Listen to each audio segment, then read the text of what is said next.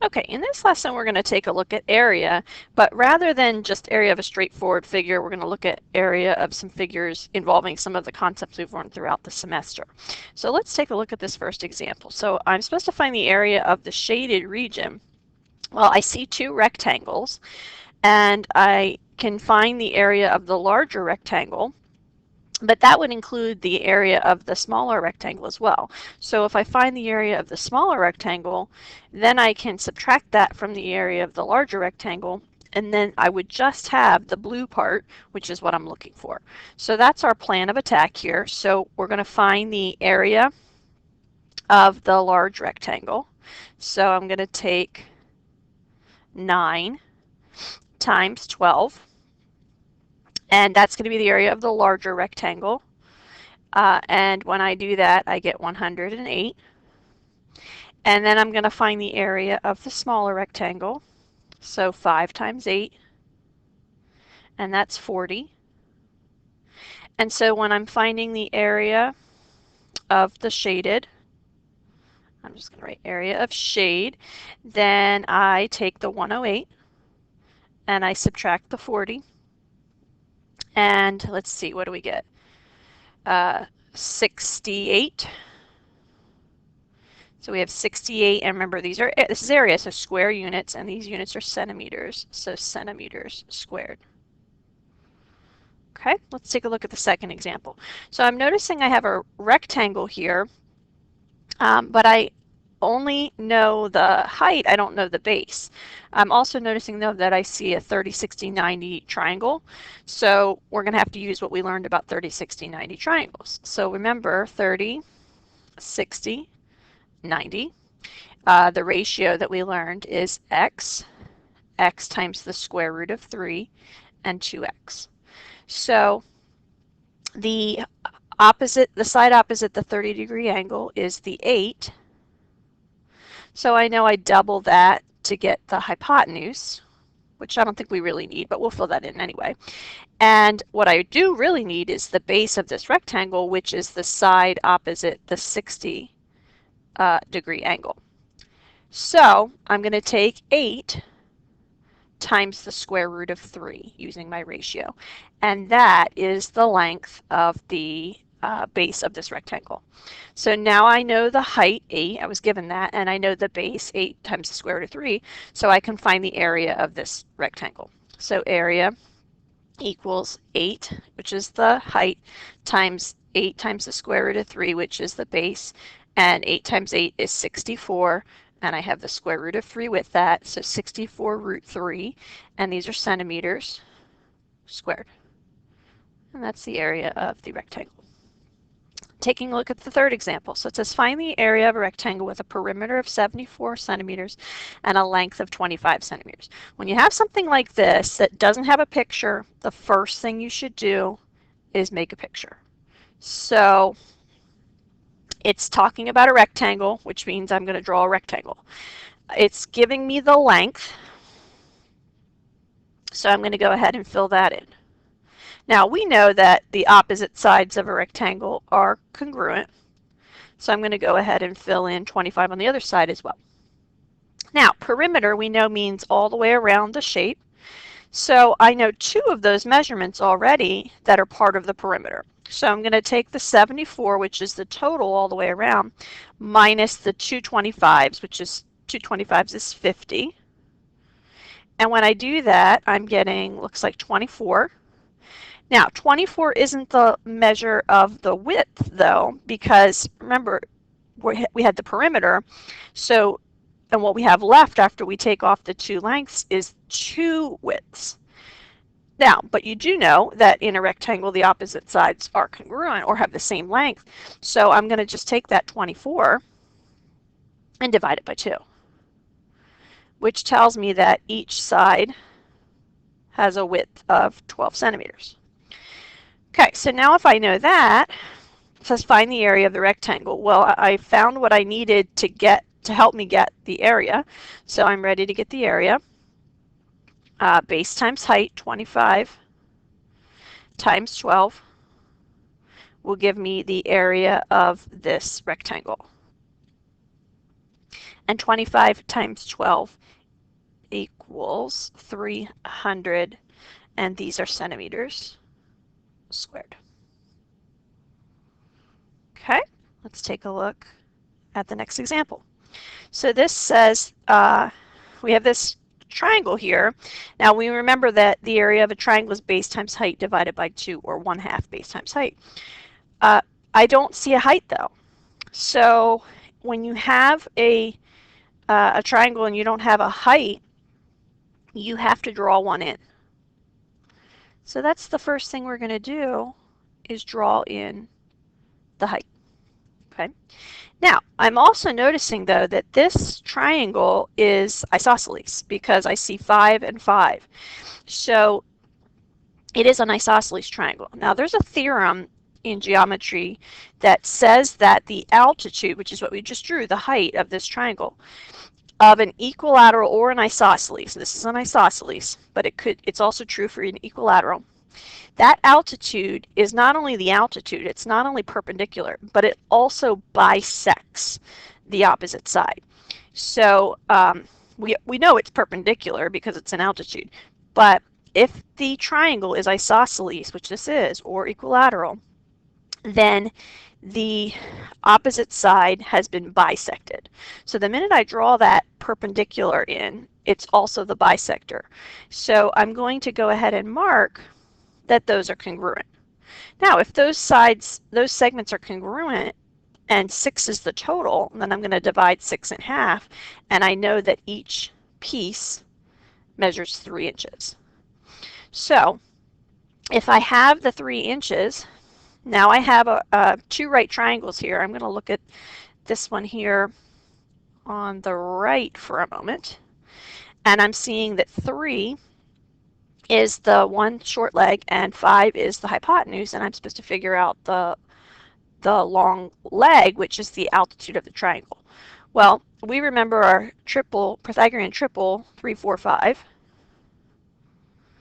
And 3 is the short leg, 5 is the hypotenuse. So I know that the altitude is going to be 4. Remember, if you forget that, though, you can certainly use the Pythagorean theorem. So 3 squared plus b squared is going to equal 5 squared. And if I solve that for b, I would get that b is equal to 4. So either way, we know that the altitude of this triangle has length 4 inches.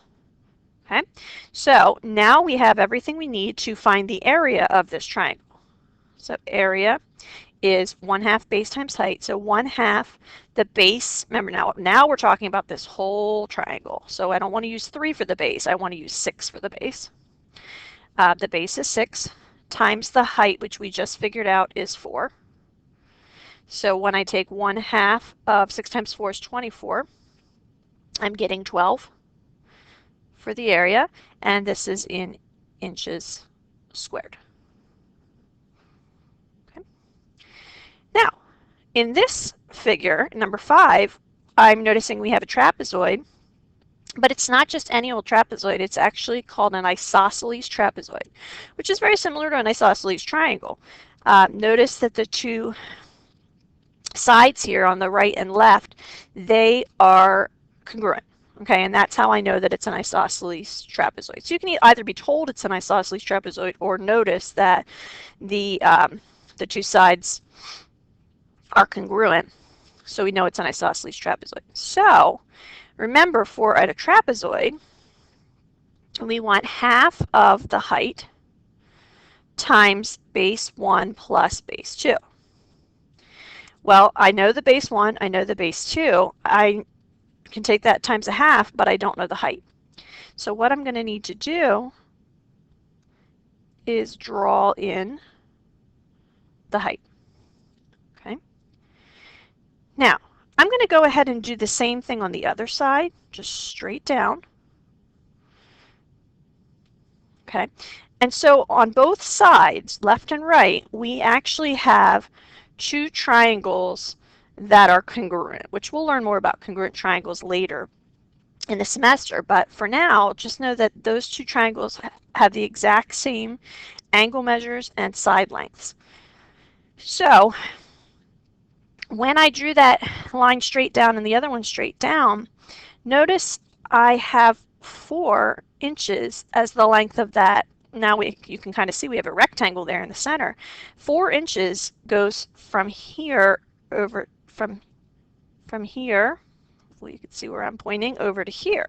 So that has length 4, which means from down here, starting there and ending there, is also 4. Okay, well, 6 is the total and 4 is part of it. So when I subtract 4 from 6, I get 2. And remember, I just told you that these are congruent, which means this has to be 1 and this has to be 1. Okay, they will always have the same length, those two end pieces.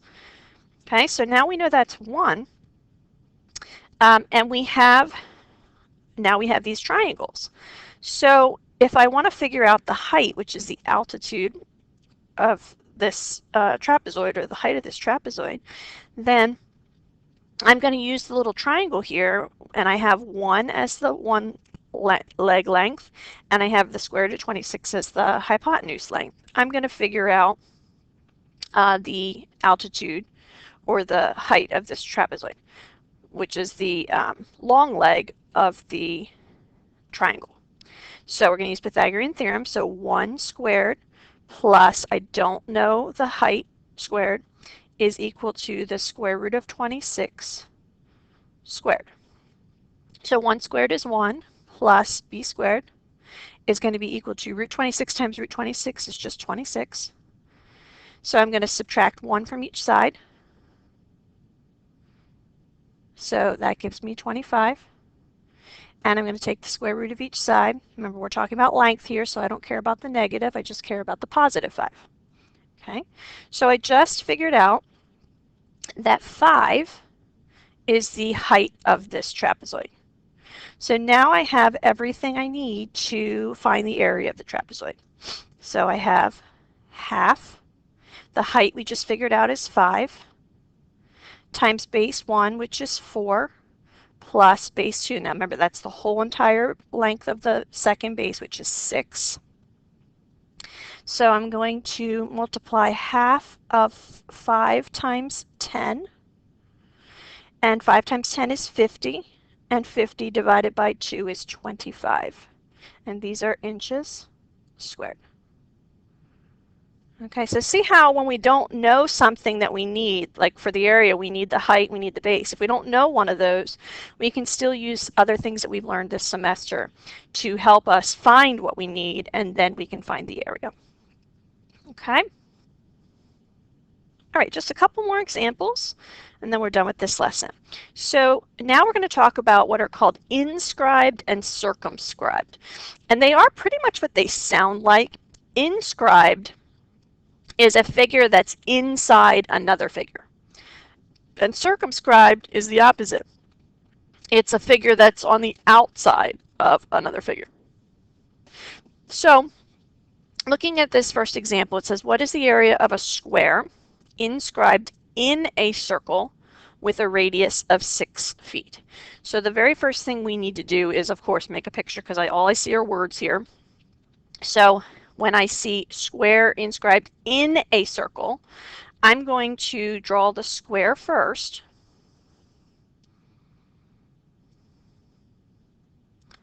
Okay, and now when I draw the circle along the outside of the square, because it says the square is in the circle, so I'm going to put the circle on the outside, but when I do that, I'm going to be sure that the circle only touches the square at the vertices of the square. And I'm going to do my best to draw that, but I'm trying to make it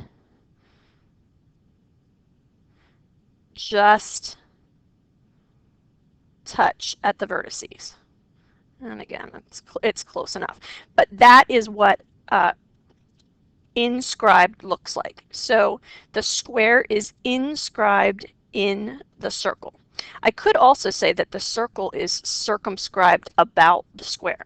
Okay, so the square is inscribed in the circle, and the circle is circumscribed about the square. Okay, they both pretty much mean the same thing. They mean this shape, this figure that we have drawn. So now that I have that drawn, I'm going to label what I know. It says a radius of 6. Okay. Well, the radius, remember, is of the circle, so it starts at the center. I can draw that radius, though, wherever I want. So I could draw it, I'm just going to draw my circle over here for a second. I could draw the radius this way. I could draw it this way. I could draw it this way. I could draw it lots of different ways as long as I start at the center and go out to the edge of the circle. Well, I have to think about what's going to be most helpful to me. I'm supposed to find the area of the square. So I need to find out information about the square. So remember, for a square, base times height, or side times side squared, I need to know the length of the sides. Okay, well, those sides of the square are chords of the circle. Okay, so, and I also need the height of the square. Okay, so I'm thinking about what I could draw, how I could draw the radius so that it's going to help me find something about the square that I want. Well, if I were to draw it, and again looking just at this figure over here, if I were to draw it going straight across, that doesn't really help me with the square all that much. It doesn't help me with the square all that much. I just added the square inside here because there's this distance outside of the square. Like here's the radius going all the way over to the edge of the circle. Well, there's this little distance here from where the square ends and the circle still continues that I don't want to include. So that drawing the radius that way is not going to help me. But if I draw the radius, and now I'm going to go back to my real figure here, if I draw the radius on the diagonal, that actually will help me. Okay, so I'm going to go ahead and draw it all the way across. Okay, so that's now a diameter rather than a radius. Okay, but if I know the radius is 6, I know the diameter is 12. Okay, so I'm going to fill that in. So now what I have is I have 2 right triangles here. And not only that, but I know that this is a square, which means this and this and this and this, they're all congruent.